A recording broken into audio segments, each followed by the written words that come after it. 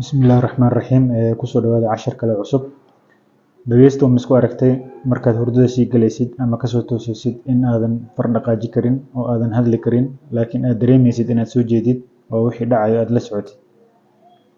Ma isku daydaa inaad wacdid qofka ku ag jooga kadibna markuu ku maqli waayo quraan iyo duco niyadda ma ka akhrisataa.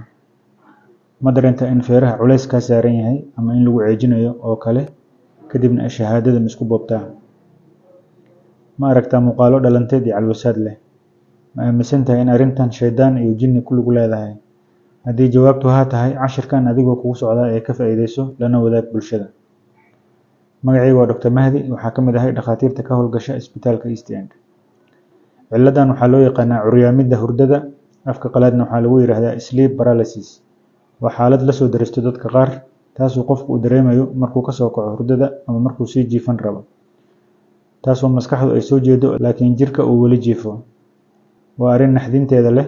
Dadka qaar waxaa u sawirmayo inay dhinteen oo adduun kale ay tageen kadibna ay arkayaan dadkii la joogay inay ag marayaan ama ag fadhiyaan haddana aysan maqli karin qayle dhaanta ka baxayso. Ciladan bulshadu way ku badan tahay laakiin aqoon looma lahan laba sababood dartood. Midda koowaad waa iyadoo badanaa ciladan loo saarayo sixir, shaydaan, jinni ama cudur dhimirka ah. Midda labaad waa iyadoo dadka ciladan isku arko aysan dadka kale la wadaagin iyagoo aaminsan inay gaar u tahay ama aan lala fahmi doonin haddii ay dadka u sheegaan ama u sharxaan. Sidaa darteed ciladan waa mid hurdada la xiriirto oo gaal iyo muslimba lagu arko.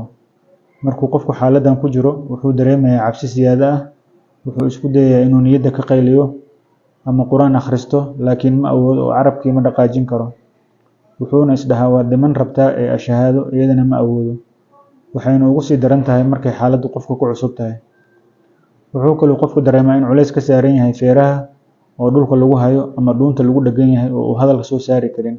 Wuxuu kaloo qofka maqli karaa dhawaaq aan jirin sida in shanqarta qof qolka dhex socdo ama qolka banaankiisa iyo muuqaalo kaloo dhalanteed ah. Ummadihii hore weligood waxay aaminsanaayeen inay ciladan tahay weerar uu soo qaado shaydaan ama jinni ama in qofka la sixray. Marka sidee ku timaadaa curyaamida hurdada? Qofka markuu hurdo bilaabayo ilaa uu ka soo kaco wuxuu maraa heerar hurdo oo kala duwan. Mid walbana way ka duwan tahay tan kale. Jirkana qayb baa alla u seexiyaa ee hal mar ma wada seexdo. Sidoo kale kicitaankuna waa la mid. Laakiin heerarkaas waxaa u dhaxeeya ilbiriqsiyo aan badanaa la dareemin. Ciladan waxay timaadaa markii maskaxda iyo jirka ay soo kala hortoosaan. Qofka maskaxdiisa, araggiisa, maqalkiisa way soo jeedaan laakiin jirkii ayaa weli hurdo ku jiro oo wax dhaqaaq iyo cod ah qofka ma samayn karo. Ciladan waxaa loo kala qaadaa labo. Midda la isku arko hurdada markaad sii galaysid waxaa loo yaqaanaa hypnagogic sleep paralysis. Haddii aad isku aragtid hurdada markaad ka soo kacaysidna waxaa loo yaqaanaa hypnobombic sleep paralysis. Ciladan waxaa la qiyaasaa in 10kii qofba 4 qof ay isku arkaan xilli ka mid ah noloshooda. Waxaana badanaa la arkaa xilliga dhalinyaranimada laakiin da' kasta waa lagu arki karaa. Waxaa kaloo dhacda in qoysaska qaar uu ku badan yahay. Curyaamida hurdada waxaa lala xiriiriyaa waxyaabahan soo socda. Hurdo la'aantu waa sababta ugu horreysa ee keenta ciladan. Qofka hadduu dhafarkiisu uu badan yahay ama xanuun dartiis uusan u helin hurdo ku filan waxaa khalkhal galo heerarka hurdada ee aan kor ku soo xusay waxaana timaado ciladan. Midda labaad hurdada oo aan waqti lahayn waa sababta labaad ee keenta ciladan. Dad badan ayaanan lahayn waqti go'an oo ay hurdaan. Markay firaaqo helaan kaliya ayay jiifsadaan. Tani waxay khalkhal gelisaa qaabka dabiiciga ee Alle ugu talagalay in jirku u nasto. Midda saddexaad waa walwalka iyo diiqada. Hadduu qofku yahay qof walwal badan ama noloshiisu diiqad u badan tahay ma helo hurdo ku filan ama mid raaxo leh. Dhabarka oo loo jiifsado waa qodobka afraad oo lala xiriiriyo ciladan. Dadka caadada u tahay in dhabar u jiifsadaan way ku badan tahay ciladan. Midda shanaad waa hurdada maalintii iyaduna waa sabab lala xiriiriyo dadka hurdo subaxii ama galabtii iyaguna badanaa way isku arkaan ciladan. Midda lixaad waa ciladaha lala xiriiriyo hurdada sida qarowga, calwasaadka, hurdo socodka, jaraysiinta lugta iyo kuwo kaleba waxaa lala xiriiriyaa ciladan.